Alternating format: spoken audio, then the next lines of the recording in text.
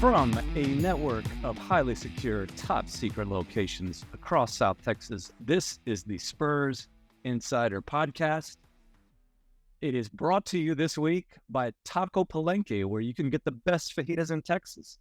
Stop by any of the Taco Palenque locations and try the limited-time chicken al pastor quesadilla, and pirata.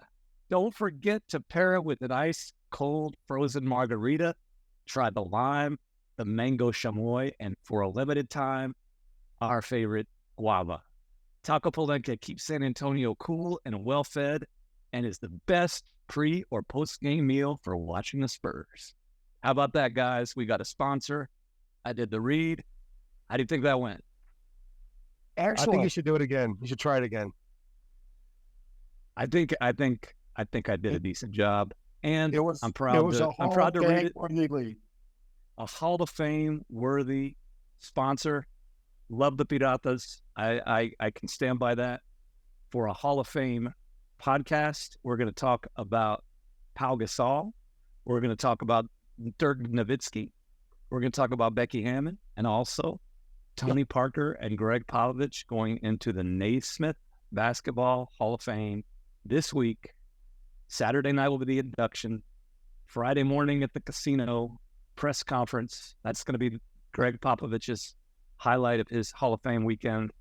What are you guys looking forward to the most about this sort of ritual that Spurs fans have gotten used to in recent years with Tim Duncan and Manu Ginobili going in the past couple of years?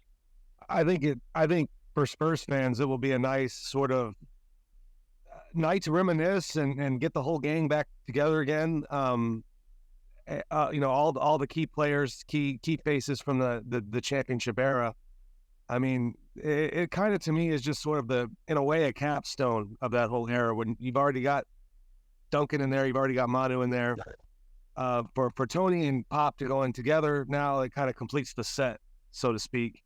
And I think it'll be a night for Spurs fans just to remember the good times. I mean, it has been that way when Tim was inducted last year, when Ginobili was inducted.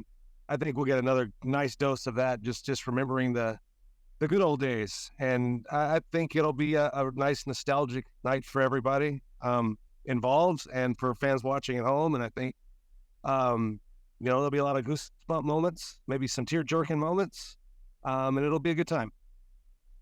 It kind of also underscores the franchise's international flavor. With Tony Parker and Gasol and Pop's, groundbreaking work as far as bringing international players to the NBA. And then, of course, Becky Hammon, that's another. I know they never want to say that it was intended to be groundbreaking, but it was. It was her work as an assistant coach for 8 seasons. So it kind of also, points to those accomplishments by franchises that's been so inclusive over the years. The Becky honor is kind of awkward because she's going in as a player. But her whole body of work has to play a role in who goes in and who doesn't go in. I'm not sure that this would have happened. Maybe it would have happened eventually for her as a player, were it not for her post playing career accomplishments. But you can sort of honor the whole thing in addition to her being a player. Everything changed for her in San Antonio. Not only, she was an all-star with the Liberty, but she became a Hall of Famer with the Silver Stars. And then, of course, she met Pop. If she's not here, she doesn't meet Pop, and so it's the whole ball of wax, for her. And I was remiss in the beginning because of the new sponsorship read. I did not introduce everybody. I think the listeners of the Spurs Insider Podcast, who we are now, but that was Tom Orsborn, Jeff McDonald, Spurs beat writers. I'm Mike Finger, your host, just for the newcomers that are here for the Piratas. We'll save the main attractions for later, but there's Becky. Totally worthy as a player for her on-court accomplishments. Everybody knows became the first full-time female assistant in NBA history. Now has become a successful WNBA head coach in her own right. Another Spurs tangentially relevant honoree is Pau Gasol, who did not have his best years with the Spurs, but was a fine Spur for the most part, right? Well, I'd say he was the most underappreciated player on maybe one of the most underappreciated teams. That 2016-17 team that reached the conference finals, Western Conference Finals, 61 wins. And as we all know, we were there, the three of us, in Oakland when they were up by as many as 25 points in that first half against the Warriors until Kawhi got hurt. I mean, that was a really good team. And that was his best season in San Antonio, 2.5 years. But yeah, he had a great season that year. He came up huge in that Rockets series that got them to Oakland. Exactly. Yeah, especially the final game when Parker was hurt and Kawhi was hurt. He came up really big in that game. It was a big LaMarcus Aldridge game. Yeah, big LaMarcus Aldridge game, and Pau Gasol played well there. His whole tenure in San Antonio kind of had this cloud over it in that people thought that the contract, when he had his contract renewed, like he was already kind of on the backside, and it was this awkward moment in Spurs history of like, are they going to continue to keep vying for championships? And is this the person, like, are we going to cling to the last vestiges of these veteran players like LaMarcus and Tony and Pau Gasol at the end there? But I mean, that ended up not really killing them. That was my argument all along, that money probably was not going to be spent anywhere else. Did it help them to re-sign him? Probably not, but I don't think it killed anything either. He was a great Hall of Fame worthy player throughout his career. His highlights were elsewhere, obviously, but I don't think that there should be any kind of downside remembered about his San Antonio time. Like you said, he played a big role on a good team, and was a good team.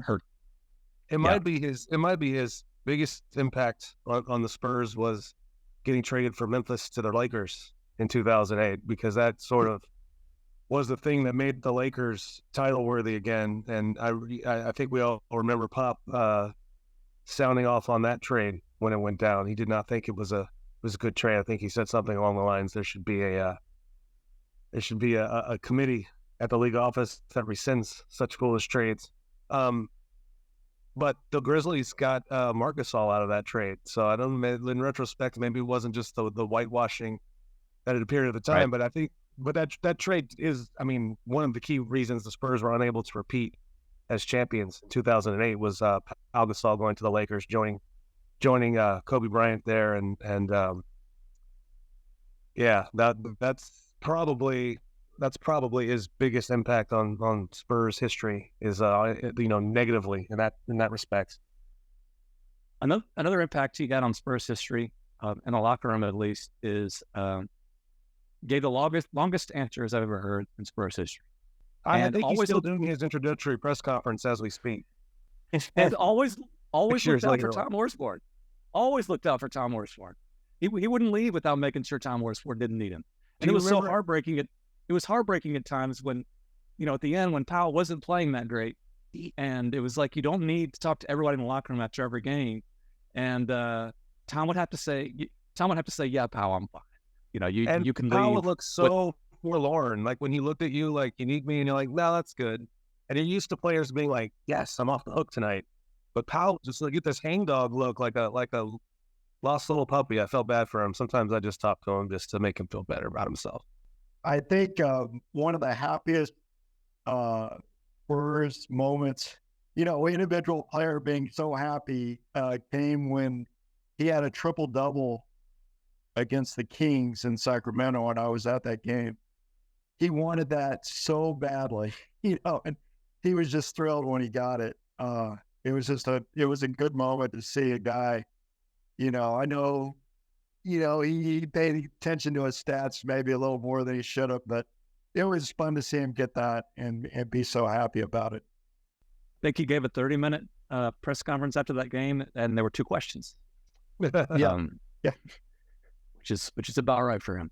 But a highly cooperative guy who looked out for the media. Yeah. That was factual. Yeah. Yep. Segue here into another guy who had his media moments, who would often offer injury updates, what have you. That's not the biggest part of his legacy either. But one, Tony Parker, who up until a couple months ago was the French connection for the Spurs. Now that's been added to. But probably a pretty satisfying thing for Tony, and like Jeff mentioned earlier, a fun look back at the Big Three era that is kind of wrapping up now in Springfield, Massachusetts. How do you sum up the Tony Parker experience? I think it's fitting that him. I think it's fitting that he and Pop are going in together because they're just so intertwined. Those two, just those stories of Pop just eviscerating Tony early in his career, throwing him out there as a 19-year-old on a team that Tony didn't join a lottery team. He was playing a team that was built to win championships and thought it should be competing for championships. He was joining David Robinson and Tim Duncan, and Pop threw him out there like 5 games into his rookie season as a 19-year-old from France, and just let him get his butt kicked a little bit and let him screw up and let the veterans glare at him. And nobody got on him harder than Pop. He was sort of he was almost infamously the whipping boy for the longest time. But I've talked to some of the veterans that were on that first Tony Parker team, and they said, like, we didn't know if we should. Steve Smith was one. Said we didn't know if we should step in and say, Pop, come on, man, like he's 19. You gotta chill out a little bit. And I also thought it was funny. That's the first thing people like Jason Kidd, Chauncey Billups, we talked to them during the season about Tony going to the Hall of Fame, and they'd say, you'd be playing the Spurs and you could hear Pop just lay into Tony. And it was meant to test his mettle and to see what kind of mental toughness he had. And he came through with flying colors. And by, 2007, Tony Parker's the first European-born MVP of the NBA Finals. And by the early 2010s, you could argue he's certainly on the short list of the best point guards in the game at that point.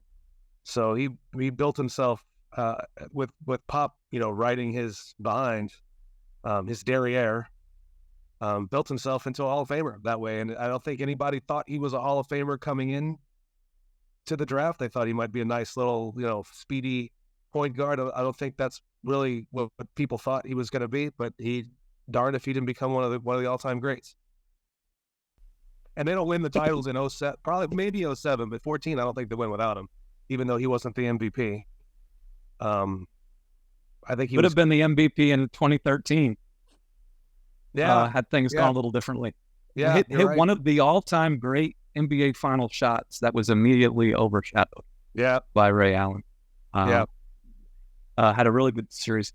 And you talk about Pop being on him from the very beginning. It was even before the beginning, famously. Yeah, you're right. Pop didn't want the first look he had at him after Sam Presti and R.C. Buford are championing this teenager from France to be a first-round draft pick. Well, they bring him in for the workout, and he just gets absolutely schooled by Lance Blanks. Pop thought Tony was too. The first workout, Pop thought Tony was too cool, too full, too maybe a little full of himself. He didn't play well, and that's they Presti and RC convinced Pop to give him another look and brought him into the second for the second workout, and that's when they summoned Lance Blanks to try to whip his butt, I believe. And Tony took it and came through that, and Pop saw enough to sign off on the draft pick, I think. A funny sort of melancholy side note to that, I was talking to RC after we tragically lost Lance earlier this summer. Lance, a really good guy, former Texas player, Longhorn Network announcer, ESPN announcer, and kind of reminiscing on that first workout. RC kind of noted, Lance was trying to win a job because Lance was kind of his career was over. He was almost 30. He might have been 30 at that time, working in the front office, and he thought that if he could beat the guy that one-on-one that the Spurs were considering drafting in the first round, that the Spurs would give him a contract. So that was just to be a fly on the wall for that workout. I bet was something else to have seen that, and it all worked out like you said. Tony showed Pop and the whole organization that he had some heart, that he could come back from kind of taking a beating, and Pop admitted over the years, it's not just us saying that Pop was hard on him. Pop has said that over and over and over again. I was probably too hard to him. He should be arrested for how he treated Tony Parker, is the line. Yeah. Well, speaking of his toughness, I mean, those drives to the basket over and over again where he'd go down hard on the floor, bounce back up.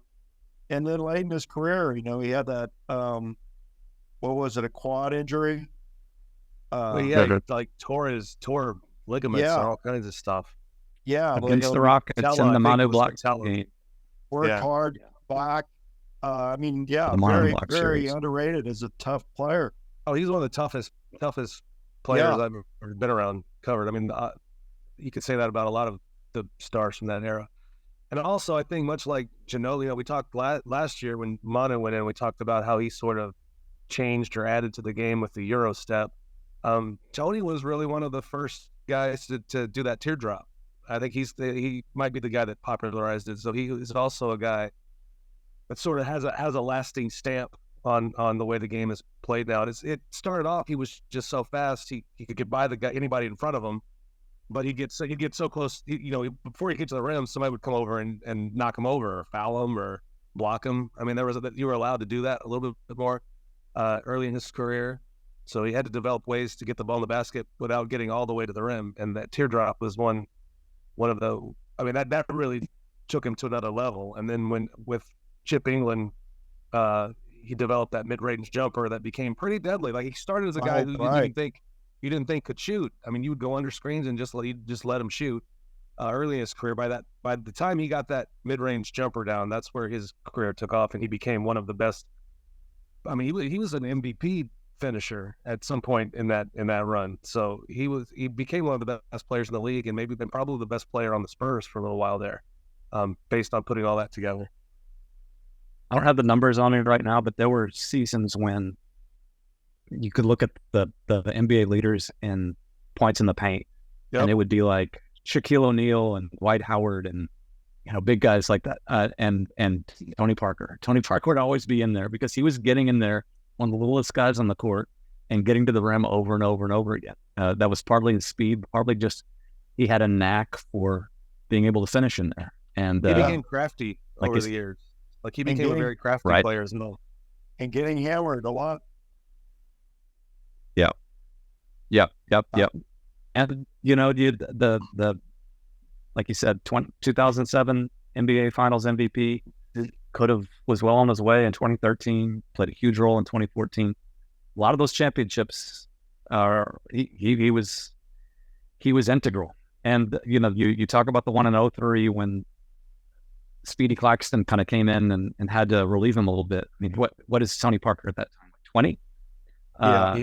Sort of understandably, he helped get them there. And no, he didn't win that title. But, I mean, for that to be the knock on you in your career, that you didn't play great at your first NBA Finals, in your second year in the league, that's and your team won anyway. And your team won anyway. That's something else, man. What a career. And you look at the Hall of Fame classes over the years, and we've mentioned this, like this year, I think Gene Katie's going in a college coach. There's all kinds of active college coaches that are already in the league. One coach that had not been in until now was the all-time leader in victories in the NBA, Gregg Popovich. The reason he's not going in until this year is because he was going to wait until all three of those big three are in. Now that Tony Parker is in, Gregg Popovich allowed himself to be nominated and elected along with him.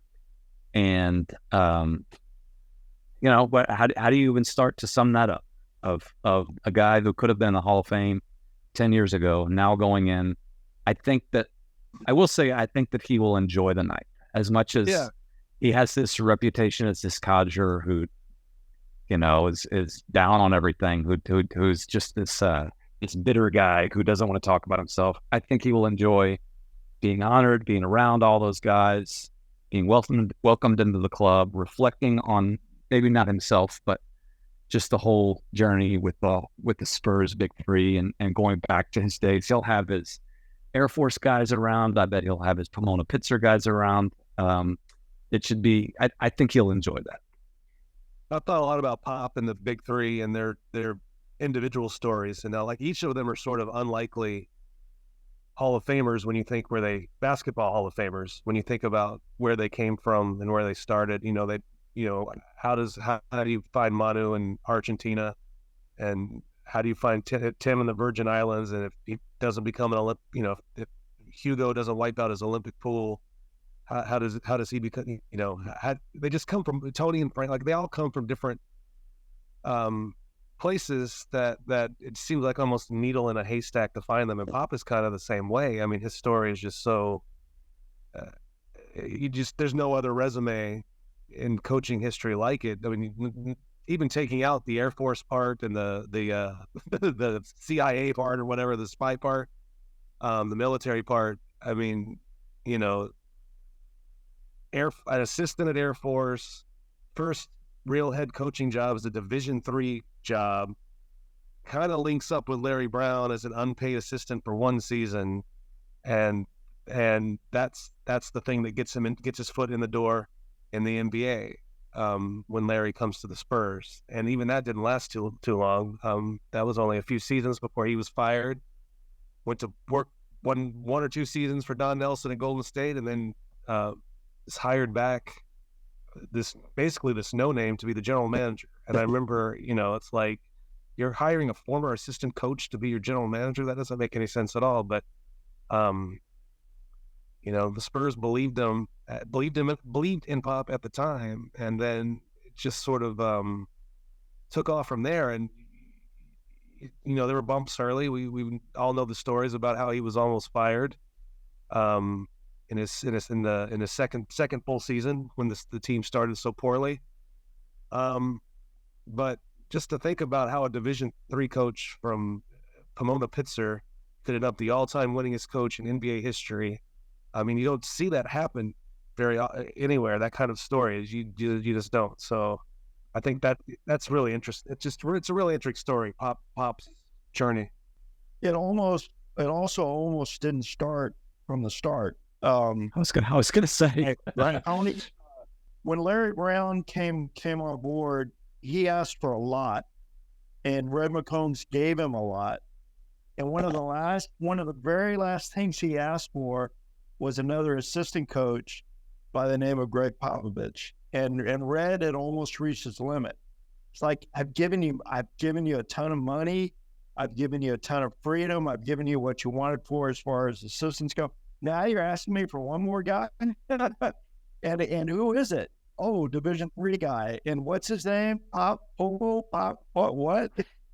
But Red finally said yes. And, that's just interesting from the start. And it almost didn't happen.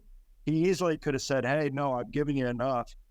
But, so yeah, that's an interesting story that Red enjoyed telling through the years.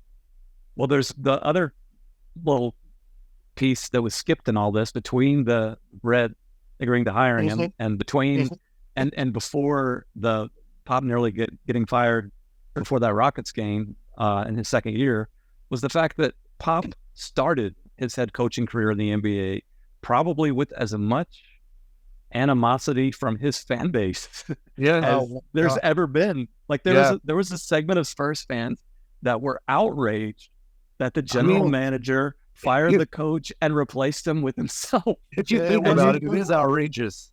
It is outrageous. Go ahead, Tom. You were covering the team at that point. How would you sum up kind of the vibe? It wasn't a good look in the media. The late Kevin O'Keefe really hammered the Spurs and Pop for that move, but Kevin wasn't alone. I mean, it was it was coming from all corners, not only locally but nationally, and yeah, it was vicious. Yeah, I think the big thing there, and Tom, you can correct me if I'm wrong, is that the players were on board with it, though. Yes, absolutely. Yeah, David being the most prominent among them, and Sean, of course. I mean, they were all behind him. Avery. Yeah, but David's support was key because he was everything at that time.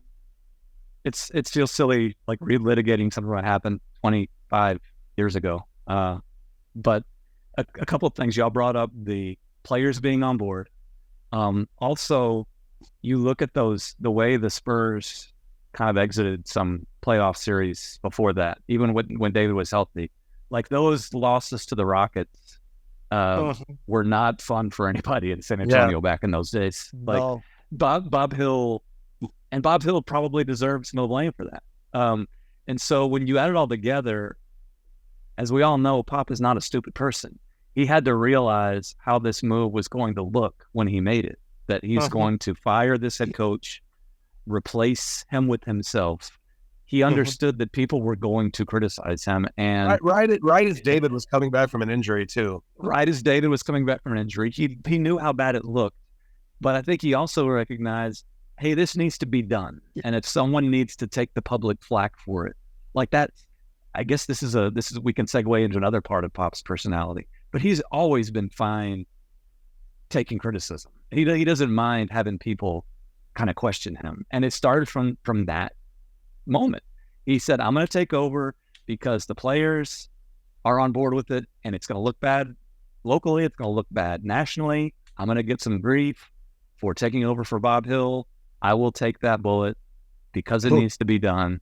And it ended up being exactly what the Spurs needed. I mean, as it turns out, Gregg Popovich, the general manager, made one of the greatest coaching hires in NBA history. He did. One that was universally lampooned, kind of criticized at the time. Panned is a good word. Panned, Panned. How about just the Popovich, the grump reputation? And we've all experienced it over the years, but there's so many dimensions. There are layers upon layers of Gregg Popovich. How would you kind of? I think we figured out over the years that it's mostly an act or mostly a shtick, a little bit, or at least some percentage of it is. I would say act is not maybe the best word, but he definitely plays up the grump, the old caustic. Some of it is just personality, I believe. Yes, it is. I agree. He also he is able to do what a lot of us would love to do. I mean, by us, I mean the three of us, and by all the listeners out there, by everyone in the world, would love to be able to go through life, basically, when they hear something that they think is BS, to call it BS. And when they hear someone around them act like a fool, to basically say, you're being a fool. Like Pop has built up the capital and the resume to be able to, if someone asks him a stupid question, to say that's a stupid question. Most of us can't do that in our daily lives. He sort of has the ability to do that, and I think he gets a kick out of it. Is that like a reasonable summation of this or not? No, it's very reasonable. Yeah. And he makes you better. I mean, he makes you think, and he makes you he makes you a better reporter. That's for sure. You got to be on your toes around him. How many times in press conferences over the past, we've all been doing this a long time, for the past 20 years, over the past few months, has someone asked a question sitting next to you that makes you just want to slap your forehead and just scream, stop asking such a stupid question? Like, we all admit there are stupid questions that happen in press conferences all the time. Pop just has the ability to point those out and to say, I'm not going to answer that, or that's stupid, come up with something better. And in a way, like I almost appreciate it because it makes people think about what they're going to ask before they ask it. and it cuts down on the really dumb ones that waste all of our time. So I think that you don't want to be rude, and there are times when he's crossed the line in terms of being rude. You don't want to. We've all felt like the bottom of the stuff you scrape off the bottom of someone's shoe sometimes when you're caught on the wrong side of that, and it doesn't make you feel good, and you probably shouldn't treat people that way. But for the most part, I think it is kind of a give and take. It is act might be the right word sometimes. He's just playing a role. It's good for TV as much as in the days when the Spurs were on national TV, which will be returning sometime soon. When he had to do the live in-game interviews, everyone talked about how terrible he was during the in-game interviews, but those are the ones that people watch. They were good for TV. I can tell you about that. That started as a protest. Like when the NBA decided we're going to interview coaches mid-game now, Pop hated it and was on the record hating it, but knew he had to do it. And I think just figured if I'm really bad at it, maybe they'll let me stop. I don't know. So that was where it started, but it ended up backfiring because people began to like, "Oh, what's Pop going to say now? How's he going to do this one?" It became like it was viral. Some of those with, the late Craig Sager or David Aldridge or name your guy. Salters. Yeah. Like it became like a part of the game that fans look forward to. And right. I think it began as, I don't want to do this. I'm going to just make it as uncomfortable as possible. And then I think he just sort of kind of leaned into it after it caught on a little bit. I think a lot of, he went into them trying to be funny a little bit. So yeah, that's a good way to. He started leaning into the reputation there midway through his career. And by the way, we've talked about this a lot over the years. The clips that get played and that people pay attention to are the ones when he's snapping at a reporter and being kind of a codger. But for the most part, he gives some of the best answers that you'll ever hear pregame when he's in the mood. And for the most part, not to be a suck up here, but you learn a lot listening to him answer questions when he's in the mood, when he's cooperative. And that's, I think, probably a majority of the time, maybe 50-50. If you count up all the pre-games and the post-games and the stops in L.A. and maybe he's not so great in Memphis and he's great in New York, whatever. I think he's given a lot of good quotes, a lot of good explanations. And I think this goes back to his speech, which I think this weekend probably will be a good one. I think it'll be entertaining. I think it'll be funny. And I would assume the same from Tony. Those are going to be some good speeches to watch at the Naismith Basketball Hall of Fame induction, Springfield, Massachusetts, on Saturday evening. Jeff McDonald will be there. Tom Orsborn will be there. I will be there with bells on. Just lovely Hartford. They won't let you wear bells to the ceremony. They're distracting. Oh my gosh, I'm not the read. Actually, do you remember last year? Nobody even looked at our credential walking in. We just walked in the front door. You should not tell people this because now they're all going to descend upon Springfield and expect it's kind of lax security. I think they told me that they're beefing that up this year. Okay. As well as at the casino on the day before, where we go to for the press conferences. Yeah, that's a 2-hour press conference. So I think just come get me at the blackjack table when Pop goes on. How's that? Well, that sounds like a plan. Tom, any closing thoughts on this fine Hall of Fame class? What's intriguing about Pop now is that he has a chance to finish his career on a real upswing. And the last several years, he hasn't been appreciated enough for the coaching job he's done. I think that, everyone says, well, he wouldn't have won this, that, the other without Duncan. But, those teams that he got to the playoffs post Duncan were some pretty damn good coaching jobs. And now with Wemby, it's going to be intriguing to see if he can finish it off on a really, really high note. So, the Gregg Popovich journey continues. At the Frost Bank Center. At the Frost Bank Center. At the Frost Speaking Bank of sponsors, Center. I'm kind of hungry. And that's for where lunch, where should I go for lunch? Do you have a recommendation? Man, you read the cues so well. We talk about new sponsor, naming sponsor for the arena where the Spurs play. We have a new sponsor for the Spurs Insider podcast, which will be back next week for another August episode, sponsored again by Taco Palenque. Get a pirata. They're helping us out. We can help them out. And in the time being, between then and now, take care of each other and keep it real.